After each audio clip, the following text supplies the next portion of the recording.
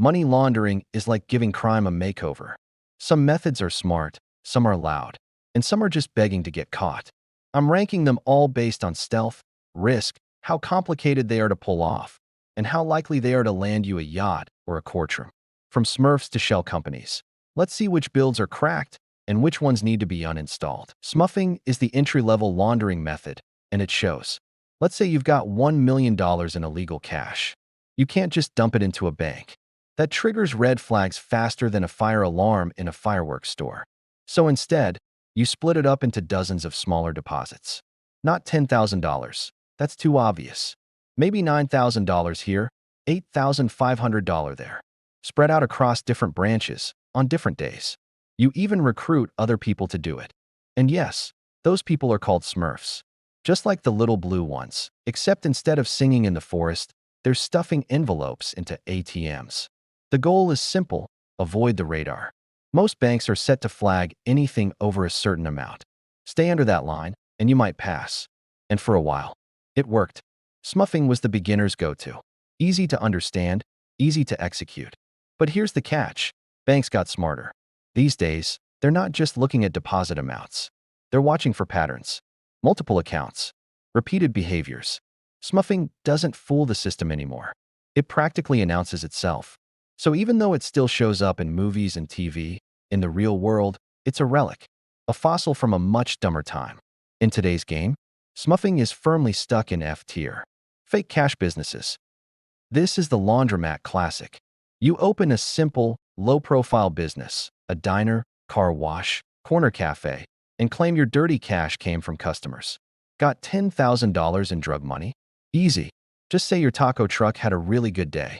The idea is that real cash gets mixed with fake cash, and once it's all in the register, no one can tell what's legit and what's laundered. On paper, totally normal. In practice, not so much. This method used to be meta. Small businesses handled a lot of physical cash, and audits were rare. But now, banks, tax authorities, and even landlords run analytics. If your hot dog stand reports $300,000 in weekly revenue, but has no customers, something's off. And unless you're also faking inventory, staff, and receipts, that fake income is going to stick out like a wizard in a football game. Still, this method works surprisingly well when done subtly. That's why it's still used. Not because it's powerful, but because it's boring. A bakery having a good week? Nobody blinks. But it only takes one audit to expose the whole play. And let's be honest, most of these front businesses are about as convincing as a cardboard castle. So while iconic, this strat is F tier. Obvious, outdated, and easy to break. Casinos laundering. Casino laundering is a flashy but fragile build. You bring in dirty cash, buy chips, play just enough to look legit, then cash out. The result? Winnings that look clean. Back in older patches, this actually fooled the system. Casinos weren't logging chip behavior or tracking IDs. It was a high-roller loophole that worked surprisingly well, until devs cranked up the surveillance stats. Today, every major casino runs compliance software on hard mode. Chips are traced. Player activity is logged. If you walk in with a pile of cash and walk out 20 minutes later with a check, it raises every red flag. Still works in shady, low-rule servers. But in most regions, it's just bait for getting flagged. D tier. Flashy, fast, but basically shouting, "Please investigate me," in neon. Money mule networks. Money mules are low-level players recruited to move dirty money through their personal accounts. Each one handles a small piece, making the operation look harmless. Sometimes they're paid, sometimes tricked. The idea is that spreading the cash across a wide network lowers suspicion. It's like laundering through crowd surfing. Looks chaotic, but if no one drops the bag, it kinda works. But here's the flaw. People. One mule gets nervous, spills the plan, and the whole chain collapses. Law enforcement loves this strat. One arrest often reveals the full route. It's cheap and scalable, but fragile and unpredictable. Think glass cannon with a 10% party loyalty stat. D tier. Creative in theory, but one snitch away from total wipeout. Trade-based money laundering. This method doesn't use bags of cash. It hides behind global trade. You set up a fake business, pretend to ship goods overseas, and send an invoice saying it was worth $500,000. But maybe the container's empty. or it only has $5,000 worth of stuff inside. Still, the buyer pays full price, and now that dirty money looks like a normal business deal. All the proof is on paper, even if it's all made up. It works because trade paperwork is messy. Customs officials can't check every crate. And prices? They change all the time. That gives this method lots of cover. But it's not perfect. If someone checks the real value or audits the companies, it falls apart fast. It's sneaky, but not foolproof. For that reason, I'm placing this method in the C tier. Not terrible, but it needs a careful hand to avoid getting caught. Black market peso exchange.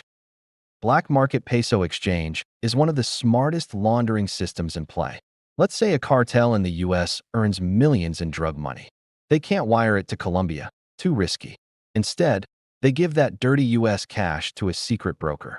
That broker then sells the dollars to Colombian businesses who need US currency to import goods. No wire transfers, no names. Just a quiet cash swap happening on both sides. Black market peso exchange works so well because every part looks normal. Businesses really do need dollars. Goods really do get shipped. But behind the scenes, it's cartel money flowing through regular trade. It's smart, but tricky to run. So for being clever, invisible, and hard to trace, but also complex to pull off, I'm putting this in the B tier. Strong method if managed by pros, but risky for amateurs. Real estate laundering. You've got dirty money and want to clean it? Buy property. Real estate is one of the easiest ways to disguise huge amounts of cash. You set up a shell company, buy a luxury condo, and either flip it, rent it, or just let it sit. On paper, it's a normal investment. In reality, it's money doing a lap around the block, now looking clean, polished, and ready to spend. No one blinks at a multi-million-dollar house sale. And in many places, you don't even need to list the real owner. That makes tracing the source of funds nearly impossible. It's sneaky, but not subtle. If overused, it raises questions. So for being simple, scalable, and still widely used, but also getting more attention from watchdogs lately, I'm placing this in B tier. Reliable, but not invisible. Shell companies. They look like real businesses, a name, a bank account, maybe even a website. But behind the scenes, nothing. No staff, no office, no product. Just a hollow structure designed to move money. You set one up in a country with loose rules, wire money in, then wire it somewhere else. On paper, it's all legit. In practice, it's just you passing cash between ghosts. The real trick is layering. One shell company owns another, that one owns a house, and that one sends an invoice for fake consulting. By the time anyone tries to trace the money, they're lost in a fog of paperwork and nominee directors. It's legal on the surface, but extremely effective when misused. For its stealth, flexibility, and durability, this method sits comfortably in a tier. Clean, quiet, and hard to untangle. Crypto tumblers and privacy coins. This method skips the banks entirely.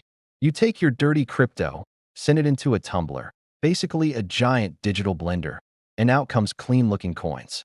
Or you go even deeper and use privacy coins like Monero, which hide every transaction by default. No names, no trail, no questions.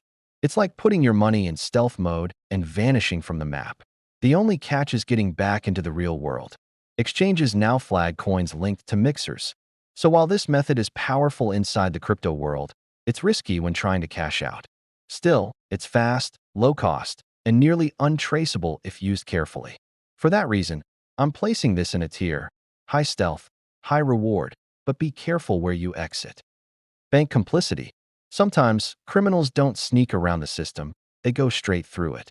This method doesn't rely on fake businesses or shady tricks. It relies on someone inside the bank looking the other way. Massive transfers, strange clients, obvious red flags, all wave through because a banker decides not to ask questions. Maybe they're being bribed. Maybe they've been told not to look too closely. The scary part is how well it works. When a global bank moves billions in suspicious money and only gets a fine, you know the build is busted. No layering, no shell games, just raw power backed by suits and signatures. It barely even counts as laundering anymore. For being unstoppable, rarely punished, and shockingly common at the top, this goes straight to S tier. It's broken, and no one's fixing it. Offshore accounts and tax havens. When someone wants to hide both their money and their name, they go offshore. That means opening bank accounts or companies in countries known for secrecy, places like the Cayman Islands or the British Virgin Islands. These places don't ask many questions, don't share information easily, and often don't even require you to say who really owns the account. The real power here isn't just hiding money, it's hiding ownership. Your mansion, your yacht, your investment fund, all technically owned by companies in places where no one's allowed to look behind the curtain. It's legal if used properly, but when abused, it becomes the ultimate financial invisibility cloak. For being quiet, powerful, and built for hiding in plain sight, this sits in a tier. State-sanctioned laundering. This isn't just breaking the rules, this is writing them. When governments or state-linked elites launder money, they use official systems, national banks, fake development funds, or state-run businesses. And when questions come up, they call it diplomacy or economic aid. It's like playing a rigged game where the referee's on your payroll and everyone else has to follow the tutorial. Even when they get caught, like in massive scandals involving sovereign wealth funds, the worst-case scenario is usually a press release. No prison, no bans, just a little political fallout and business as usual. This method isn't clever. It's untouchable.